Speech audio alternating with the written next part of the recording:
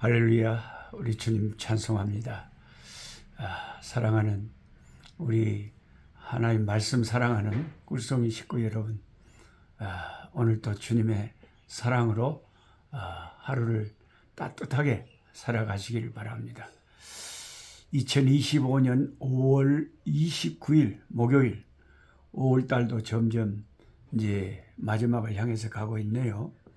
오늘의 읽을 말씀은 욥기 35장에서 37장까지 말씀 읽는 날로 하겠습니다. 욥기 35장에서 37장입니다. 욥기 이제 35장에서 37장까지 말씀 중에 그래도 욥의 네 친구 가운데 나이는 가장 어리지만 그래도 상당히 건전한 말을 하고 있는 엘리후라고 하는 이 친구의 결론이 37장에 나옵니다. 엘리후는 욥기 36장 22절에서부터 하나님을 찬양하고 노래하라고 권하면서 우리 하나님의 위대하심을 스스로 찬양하면서 자신의 이야기를 37장에 마치고 있습니다. 엘리후라는 친구가 그래도 욥의 네 친구 가운데는 참 그래도 상당히 괜찮은 친구 같아요. 신앙이 참 괜찮은 것 같아요. 37장 5절에 보면 엘리후는 폭풍과 천둥, 번개 속에서 나타나는 하나님의 능력에 대해서 말하면서 하나님께서 헤아릴 수 없는 큰 일을 행하신다. 엘리의 말이 진짜 은혜가 돼요. 하나님이 폭풍과 천둥과 번개 속에서 그 능력을 나타내시고 헤아릴 수 없는 큰 일을 행하시는 분이시다. 아멘, 아멘, 할렐루야. 엘리후의 말씀대로 진짜 하나님은 헤아릴 수 없는 큰 일을 우리에게 행하시죠. 저는 요즘 여기 성교지 농장에서 돼지 키우고 닭 키우면서 오리도 몇 마리 사다 놨는데,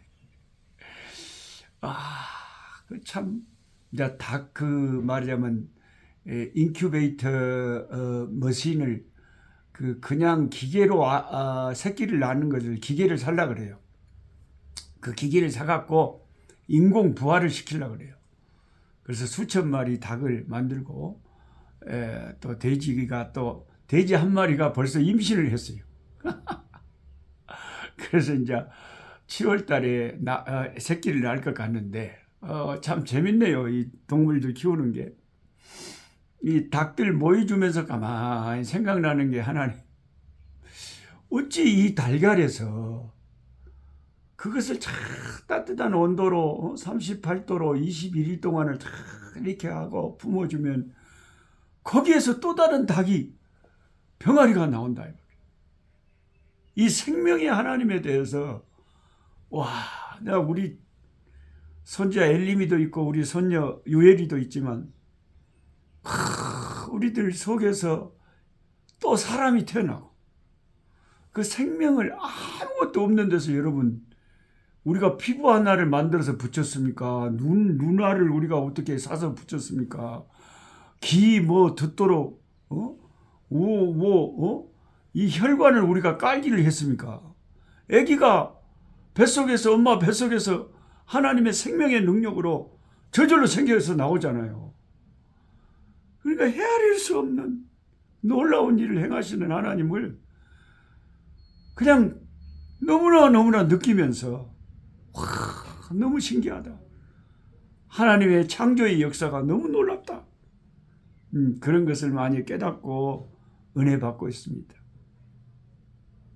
하나님께서는 눈과 때로는 적은 비와 큰 비를 내리게 하시고 남방의 광풍과 북방의 찬 기운을 일으키시고 얼음을 얼게 하시고 구름을 일으키시는 자연의 모든 일들도 무의미하거나 목적 없이 행하시지 않으시고 그의 명하시는 것을 세계 위에 이루시고자 행하신다고 엘리후가 너무 진짜 하나님의 역사를 찬미하면서 참 은혜스러운 말씀하고 있습니다. 인간의 지혜는 하나님이 하시는 일을 다 설명할 수가 없습니다.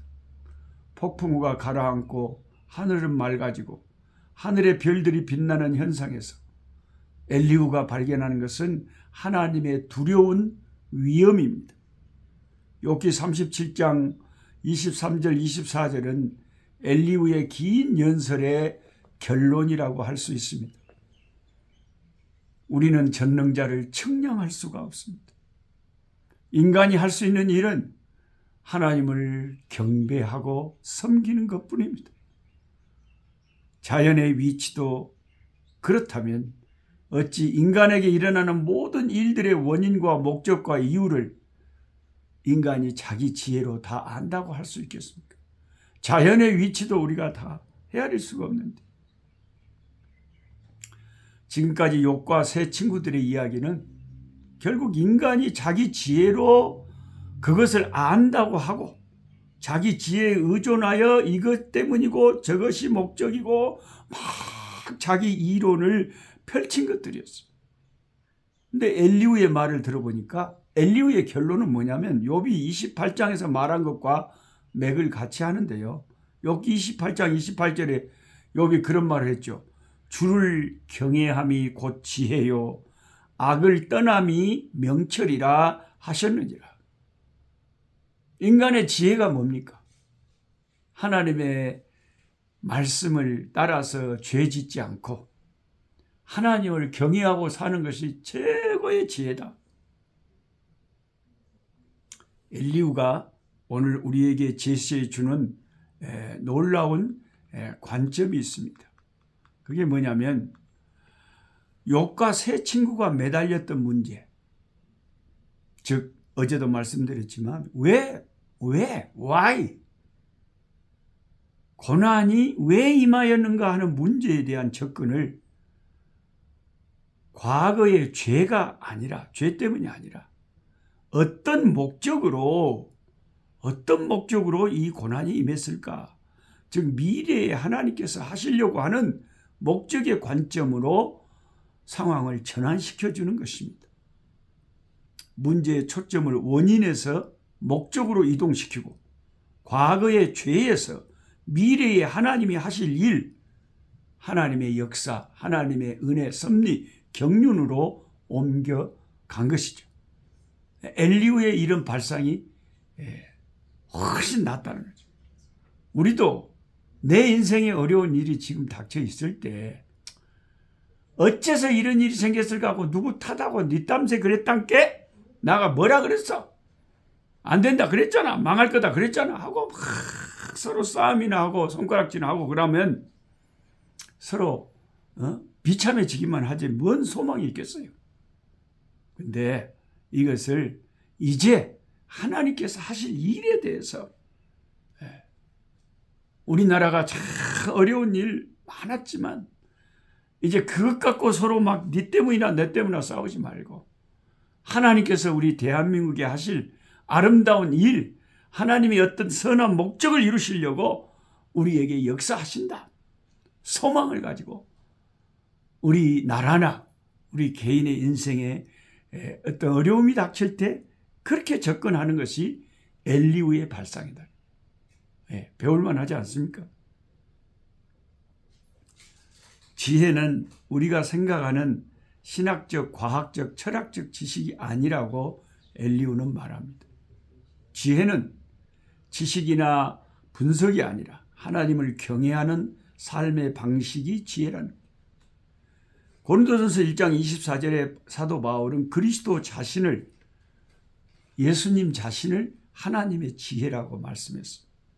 하나님의 구원의 지혜는 십자가에서 나타났습니다. 성도는 살아가면서 하나님을 믿지만 그럼에도 불구하고 고난과 아픔, 자기 힘으로 감당할 수 없는 연약함을 경험할 때 그는 오히려 고난으로 말미암아 하나님을 배우고 하나님께 더 귀를 기울이게 되고 성령의 은혜 아래서 사는 삶을 배우며 하나님을 경외하는 삶을 살게 됩니다. 제가 가까이서 보는 우리 집사람 여동생 처제 우리 김경진 집사를 보니까 내가 이렇게 혹이 생겨가지고 정말 생명을 목숨을 거는 수술을 서울 세브란스 병원에서 했는데 의사가 수술하기 전에 그랬어요. 그건 수술 안 해도 생명이 위험하고 수술을 해도 위험합니다. 어떻게 하겠습니까? 그래서 하겠다고 했어요. 그리고 그 수술을 하고 의식이 돌아오자마자 자기가 내 수술을 했기 때문에 내가 정상적으로 내가 돌아가는 거 확인하려고 암송했던 성경 말씀을 외워보았다고 합니다. 그게 말씀이 외워지더래요. 내가 정상적으로 내가 작동하고 있구나. 그 후로도 그 생명이 오가는 그런 큰 수술을 하고 하나님의 기적적인 은혜로 살아가면서 우리 김경진 집사를 보니까 늘 매일같이 기도하고 매일같이 하나님 말씀을 읽고 묵상하고 열심히 자기 자신의 삶을 단련하면서 그렇게 살아가는 모습을 봅니다. 그러니까 그 고난당한 것이 내게 유익이라. 이로써 내가 주의 율례를 배우게 되었나이다 하는 시편 기자의 그 시편 119편의 말씀이 딱 맞는 말씀.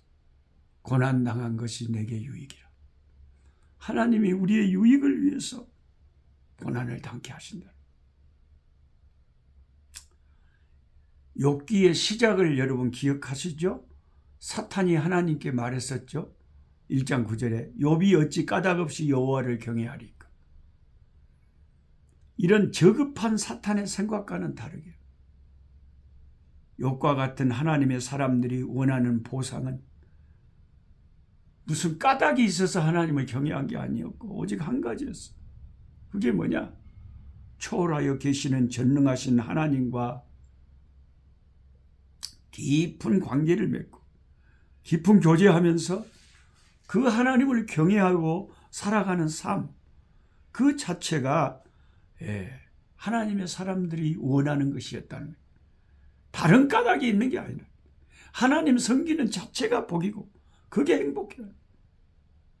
그런데 사탄은, 저급한 사탄은, 저질스러운 마귀는 하나님을 사랑하는 그 기쁨을 알 수가 없는 거죠.